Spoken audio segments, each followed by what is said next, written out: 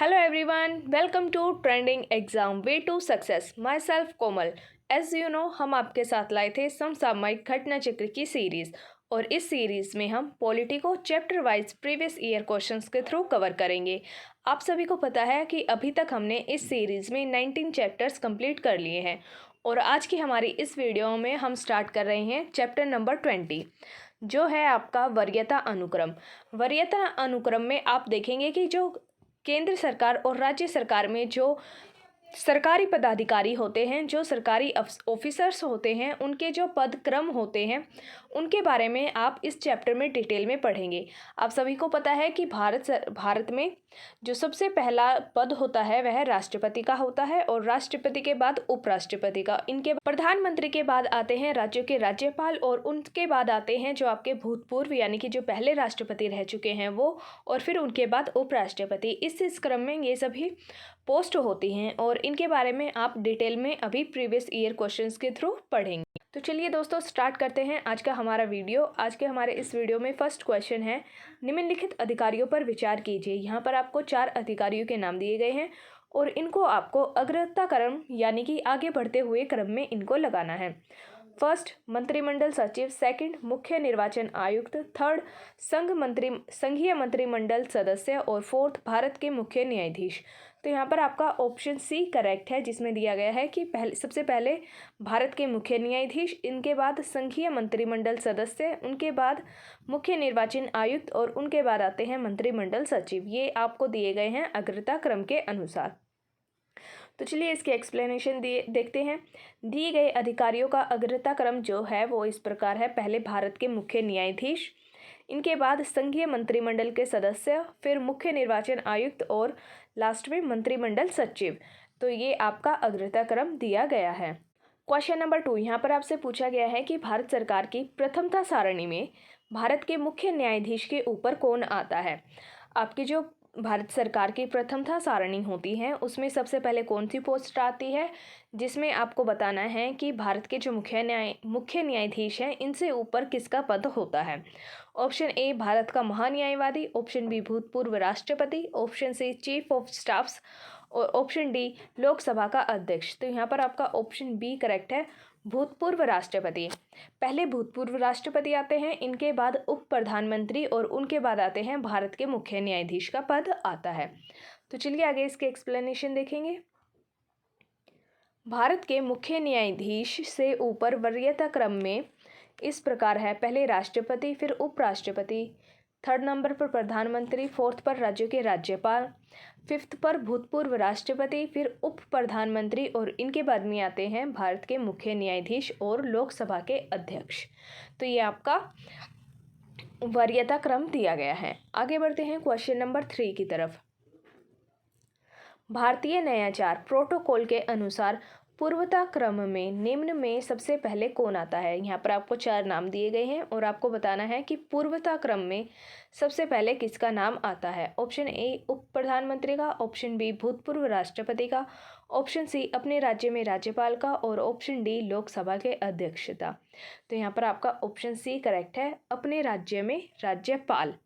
भारतीय नवाचार प्रोटोकॉल के अनुसार पूर्वता क्रम में इन चारों में सबसे पहले अपने राज्य के राज्यपाल का पद आता है। आगे बढ़ेंगे क्वेश्चन नंबर 4 की तरफ।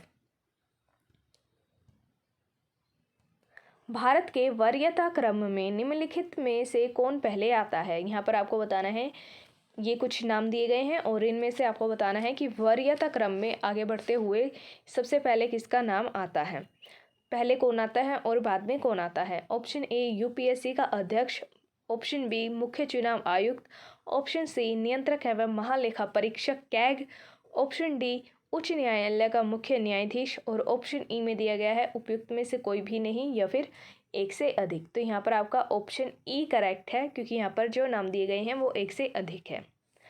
आगे बढ़ेंगे और इसकी एक्सप्लेनेशन देखते हैं। वरीयता अनुक्रम विभिन्न पदाधिकारियों के रैंक और ऑर्डर से संबंधित होता है। इस संबंध में वर्तमान अधिसूचना 26 जुलाई 1979 को जारी की गई थी और इसके अनुसार संघ लोक सेवा आयोग के अध्यक्ष, मुख्य निर्वाचन आयुक्त और भारत के नियंत्रक एवं महालेखा परीक्षक को वरीयता क्रम में एक समान रखा गया है। यहाँ पर क्या बोला गया है कि जो आपके संघ लोक सेवा आयोग यूपीएससी के जो अध्यक्ष होते हैं, मुख्य निर्वाचन आयुक्त और भारत के नियंत्रक एवं महालेखा परीक्षक, ये तीनों वरीयता अनुक्रम में एक ही समान आते हैं, एक ही पोस्ट पर होते हैं। जबकि उच्च न्यायालय के मुख्य न्यायाधीश को उच्च न्यायालय के क्षेत्राधिकार के अंतर्गत 14वें स्थान पर रखा गया है। उच्च न्यायालय के क्षेत्राधिकार के बाहर 17वें स्थान पर रखा गया है। यहाँ पर क्या बोला गया है कि जो उच्च न्यायालय के मुख्य न्यायाधीश हैं उनको उच्च न्यायालय के क्षेत्राधिकार के अंतर्गत 14वें स्थान पर रखा गया है और उच्च न्यायालय के क्षेत्राधिकार के बाहर इन्हें 17वें स्थान पर रखा गया है। तो यहाँ पर इसलिए आपका ऑप्शन ई करेक्ट बताया गया है। क्वेश्चन नंबर 5, भारत सरकार में सबसे ऊंचे पद का सिविलियन अधिकारी कौन होता है? यहाँ पर आपको बताना है कि जो सिविलियन अधिकारी सबसे ऊंचे पद का कौन होता है। ऑप्शन ए गृह सचिव, ऑप्शन बी रक्षा सचिव, ऑप्शन सी मंत्रिमंडल सचिव और ऑप्शन डी दिल्ली का उपराज्यपाल। तो यहाँ पर आपका ऑप्शन सी करेक्ट है, मंत्रिमंडल सचिव भारत सरकार में सबसे ऊंचे पद का सिविलियन अधिकारी होता है। भारत सरकार में सबसे ऊंचे पद का सिविलियन अधिकारी मंत्रिमंडल सचिव होता है। वह मंत्रिमंडल सचिवालय का प्रमुख होता है और वह देश का वरिष्ठतम लोक सेवक होता है। जो मंत्रिमंडल सचिव होता है वह देश का वरिष्ठतम लोक सेवक होता है और सबसे ऊंचे पद का सिविलियन अधिकारी होता है। आगे देखेंगे क्वेश्चन नंबर 6, भारत सरकार में सर्वोच्च शासकीय अधिकारी कौन होता है? यहाँ पर आपको बताना है कि भारत सरकार में जो सबसे बड़ा शासकीय अधिकारी होता है वह कौन होता है। ऑप्शन ए दिल्ली के उपराज्यपाल, ऑप्शन बी भारत के रक्षा सचिव, ऑप्शन सी भारत के मंत्रिमंडल सचिव और ऑप्शन डी भारत के प्रधानमंत्री के प्रमुख सचिव। तो यहाँ पर आपका ऑप्शन सी करेक्ट है, जैसा भी आपने लास्ट क्वेश्चन में देखा था। भारत के मंत्रिमंडल सचिव भारत सरकार के सबसे सर्वोच्च शासकीय अधिकारी होते हैं।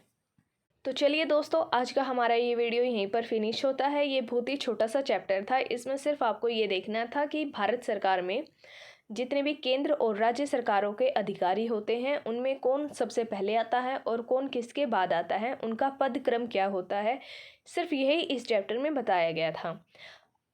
इस चैप्टर में अगर आपको कोई भी प्रॉब्लम आई हो, कुछ समझ में नहीं आया है, तो आप कमेंट सेक्शन में पूछ सकते हैं। और अगर आपको वीडियो अच्छा लगा हो, पसंद आया हो, तो प्लीज़ वीडियो को लाइक करें, शेयर करें। Thank you.